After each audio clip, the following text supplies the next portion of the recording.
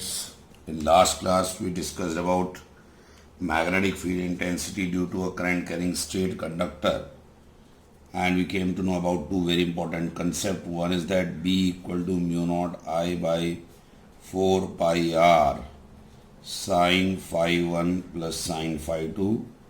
That was for finite conductor. And another is that mu naught I by 2 pi r or 2 pi a. This was for finite conductor carrying current, and it's for infinite.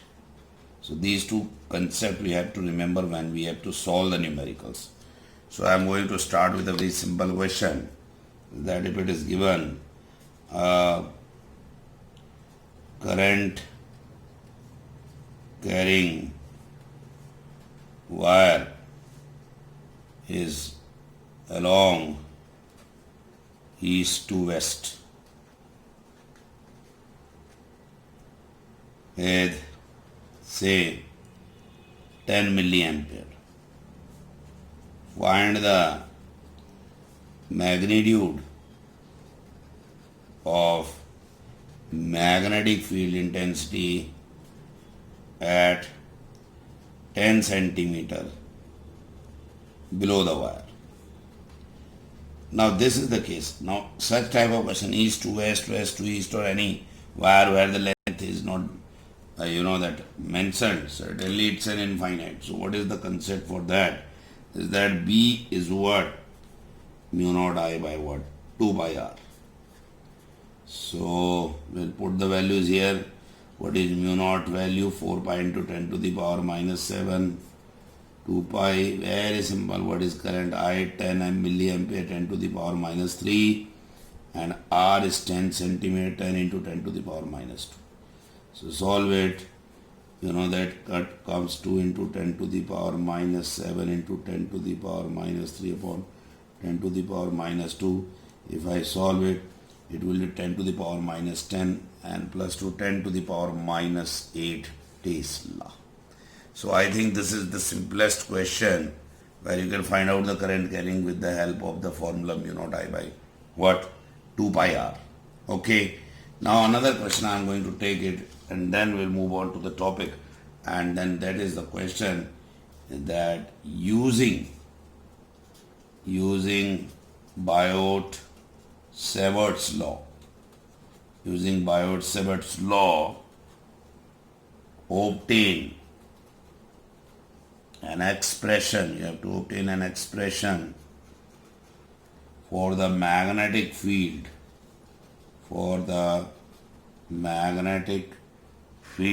at the center of a coil in the form of a square of side 2A. Side is given 2A, carrying current I. We have to find out it. Okay. And I think all of you know that when we talk about the square at its center, certainly it's not an infinite. It's a finite case. If I ask you how to calculate it, then certainly it will be a finite case. If I take a square like this and I want to find out at its center, so what will be say this is the current going from this side to this side to this side, and this is 2A, and this is 2A. You have to find out it at its center. Certainly you will see here, you will take a conductor from here, and this is what? A distance. And this angle you can see is what? 45 degree and 45 degree. Are you getting it? How many conductors are there? If you see 4. So net will be what? B from a conductor is mu naught I by 4 pi r sine phi 1 plus what? Sine phi 2. So if I ask you what will be the net, so it is for one conductor, it will be 4 times of this. So 4 times of mu naught I by 4 pi r. Are you getting it? And the angle subtended is what? 45 and 45. How we solve it? So we get it. So 4 will cancel out. It is mu naught I by pi r. Sine 45 is what? 1 by root 2 plus 1 by root 2. So it will finally mu naught I pi r 2 by root 2. And do you know what is r here? It is actually a. So final answer is mu naught I by what? Pi a, and root 2 can cancel it. It is root 2. This is the value for finite conductor. Now it may be a triangle, it may be a hexagon. You have to multiply, say hexagon 6 times of B naught, triangle, equilateral triangle 3 times. So for a conductor we can find out this will be the finite case, and I is carrying here. So we will see that this is 4 times, and you solve it out, this will be the answer. So this is how we have started with current carrying straight conductor. Now what we are going to discuss today is very, very important, and that is, if we have heard about Amperes what? Circuital law.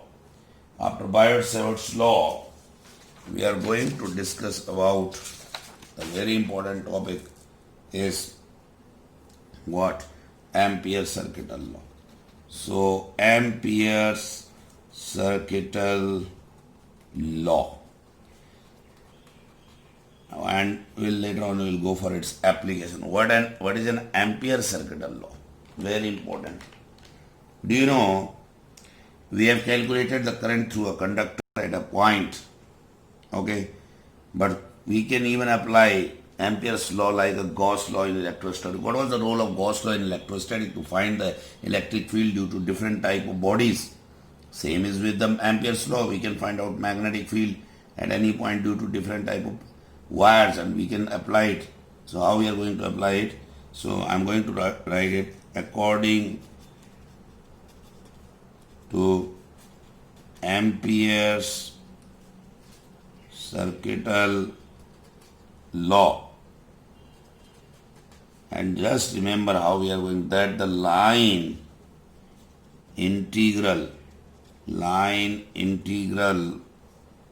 of magnetic field, around any closed circuit.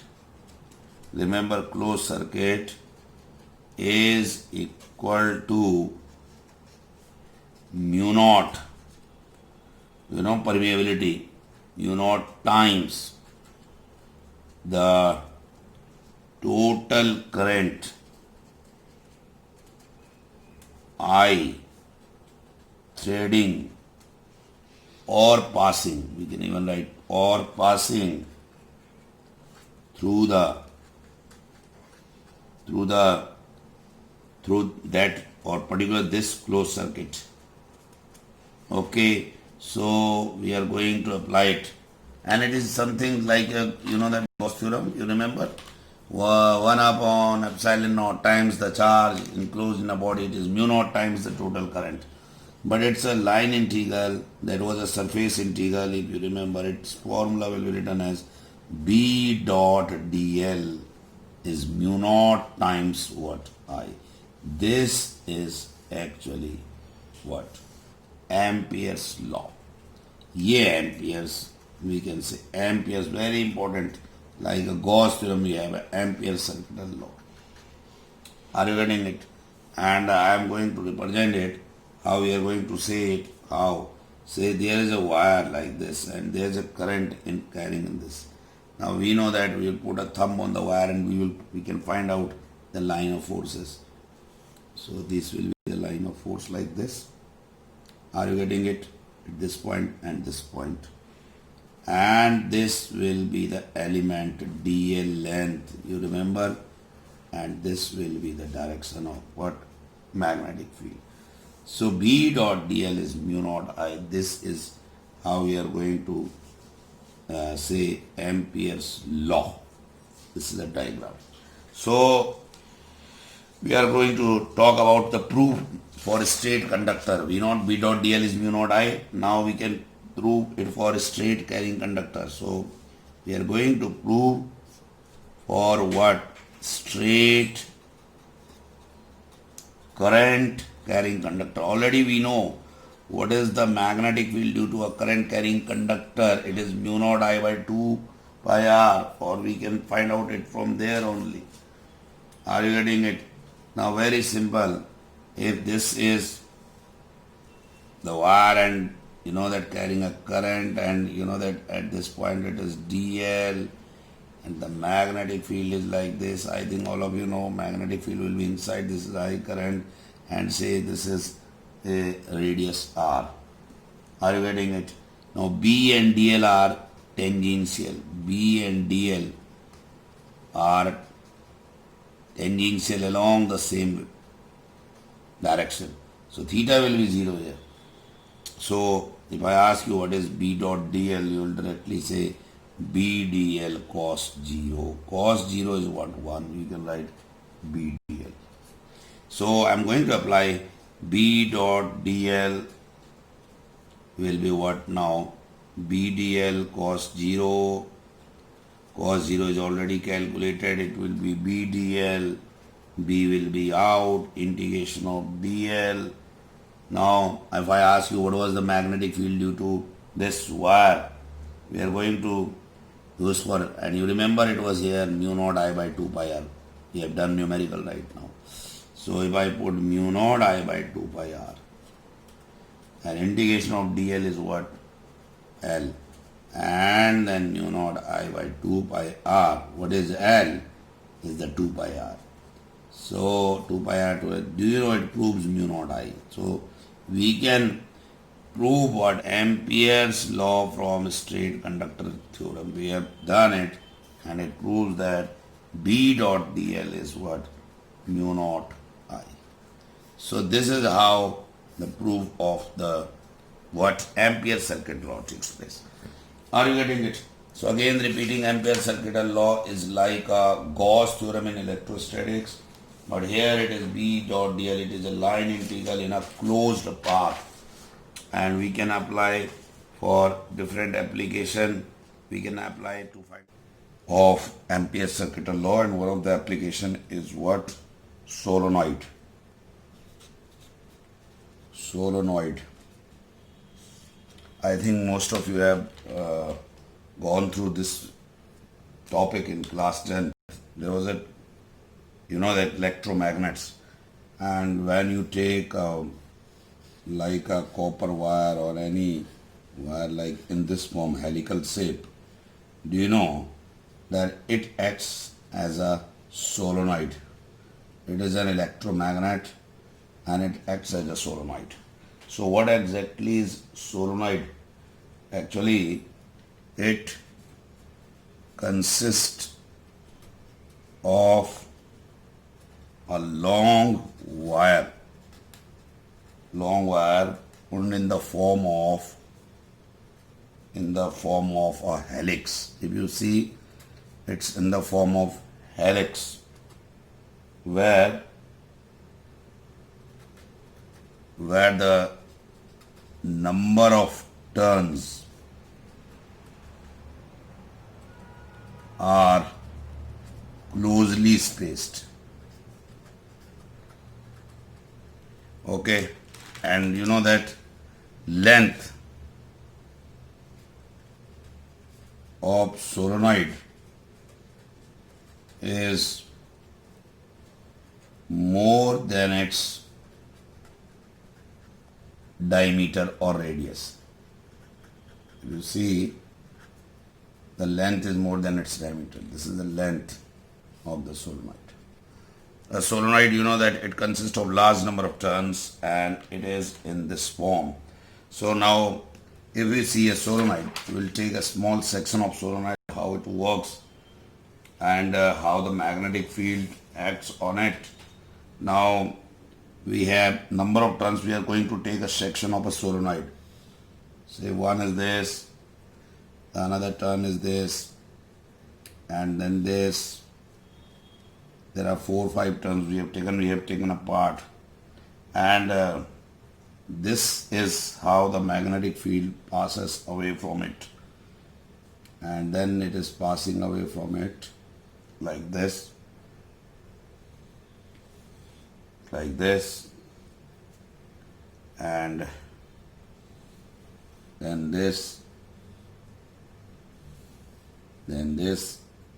These are the magnetic field lines passing through this cross-sectional area. And then you know that these turns, they have own their magnetic field because current is going on them. So they will be like this. Are you getting it? Similarly, they will have own their magnetic field like this, because these turns are also having what? The current, and these turns, they are producing a magnetic field. If you see outside the solenoid, it is just, you know that if you just make them like this, so it is going, the magnetic field is going like this. Similarly, we can draw for a section from here. So if you see, it is same, here we have drawn the magnetic field, and it is just opposite to that, so it is like this, and these are the turns. So this magnetic field, you know that outside the solenoid is just opposite. It will come in this direction. Are you getting it? And these are the magnetic field line passing through the solenoid. So these are the turns, these are the section of the solenoid. So there are 2 points. One is inside it. Say this is P point. If you see, this is P point, and one is outside the solenoid, it is Q point. It is Q point. Say on that side also you can consider. Are you getting it? And now when you see a solenoid, so solenoid is just like this, that there are bunches of lines passing through a solenoid like this, like this, like this. These are the magnetic field lines closely spaced. And here what you see, they are moving out from a solenoid. The same thing here. It's a section of a solenoid and is the magnetic field inside the solenoid. And what do we see? The outside the solenoid, it is like this. It is like this. And in outside the solenoid, if you see, it is like this. Similarly, this is the way we are going to see it. And for this also, we see that this is a magnetic field outside the solenoid. So outside the solenoid, what you see is this is the magnetic field. And then magnetic field outside the solenoid is this. Are you getting it? So say this point is Q, this point is Q, and this is P, Q dash you can consider. So this is a section of a solenoid. Because you have a turn, so the turns will also have a magnetic field. This is a section of a solenoid, and it is magnetic field of a finite solenoid. So these 2 things are given. Okay. And what we see is that in P, if you see inside solenoid, magnetic field is uniform. And outside, do you know what happens at point outside this? The magnetic field is weak. So it is at P, and outside solenoid, magnetic field is what? Weak. It is opposing, so magnetic field is weak. Almost it becomes 0. So this is a section of a solenoid. This is magnetic field inside solenoid. So now we will calculate how the magnetic field works in a solenoid. Now magnetic, and you know that you apply a right hand thumb rule, and through that right hand thumb rule you can find out this section is say south and this is north. So line will go from south to north. So this is how this section has been represented. Now we will find out the magnetic field inside solenoid. So magnetic field in a solenoid. Outside it is already 0. What will be magnetic field inside a solenoid? So what do? We take a small part of the solenoid like this. We have taken a part of a solenoid like this. Okay. Now we take a small section here like this. A, B, C, D will apply Amperes law. This is A, B, C and D, small section. And we know that these are the magnetic field lines passing like this.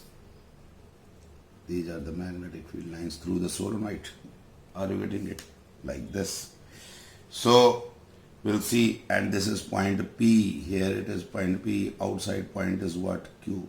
So we'll apply what? Which law? Ampere's circuital law to find out the magnetic field inside the solenoid. So what we have is that according to Ampere's circuital law, we all know that B dot dl is mu naught times the current, mu naught into I. Okay, in loop ABCD. ABCD. We are going to apply it in closed loop. So what will be the way representation for this? B dot dl for this closed loop. We are talking about closed loop. So that is ABCD. I am going to apply it. That will be A to B, B dot dl. One section we will take, and then it is B to C, B dot dl. Are you getting it or not? Then C to D, B dot dl, where the magnetic field outside is 0, and then D to A, B dot dl. Are you getting it? Now if you see, this is the current passing through this turn. So what will happen? B, A to B, B dot dl, then this, then this. Now what do we see? One by one, I will tell you. B to C, B dot dl. If you see it, it is perpendicular. It is B to C, B dl cos 90. So it will be 0. Are you getting it? See, B to A to is 90 degree with the magnetic field.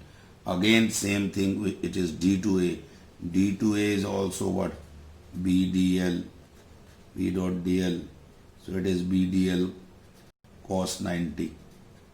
Are you getting it? Cos 90, it is 0. This is first equation, okay? Okay, this is also 0. And then I think all of you know C to D is also 0. Why 0? Because it is outside the solenoid. So 3 sections are going to be 0. This one, and this one. So this is how the magnetic field in a solenoid is going to come. Now, how to calculate is the last one, that only section remains is A to B. So finally, A to B, that is B dot dl, we are going to talk about is that, therefore we say that B dot dl remains equal to what? Only for a section, that is A to B, B dot dl. Are you getting it? So it will be B dl, because that is a cos 0, because it is along the same direction. If you see it, for this A to B, it is along the same direction of magnetic field. So theta is 0, cos 0, so it will be B dl cos 0. I am writing directly, it will be A to B, and integration of dl will make it what? L. So this is BL. And what is L? L is the length of side what? AB of loop ABCD. Okay. And then there is a very important term, n number of turns in length of the solenoid, and number of turns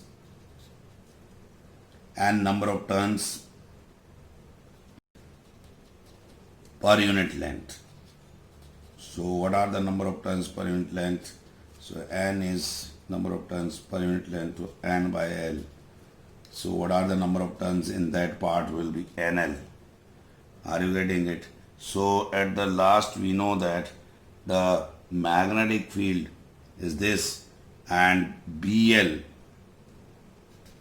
B dot dl is what? Mu naught I, and if there are number of turns, what? That will be number of turns per unit length. Are you getting it? And there are number of turns n, so it will be mu naught I into what? That is number of turns per unit length will be L. Are you getting it? And this is what? First and second, and this is third. So we'll make it equal. So BL will be mu naught I NL. The second and third are same. So what will happen? LL will cancel out. It will be equal to mu naught Ni. This is the magnetic field, what? Inside a solenoid. So are you getting it? This is by Amperes law. We know this is by Amperes law. That is B dot dl is mu naught I. If there are n turns, we'll multiply with n. N will be replaced by NL. So second and third will be equal. This is the magnetic field inside the solenoid. And B outside solenoid, magnetic field outside solenoid is what? 0. So outside solenoid is what? 0. So this is how we have calculated the magnetic field through a solenoid. Outside it is 0, remember, and inside it is mu naught Ni. Okay, so this is how the magnetic field works.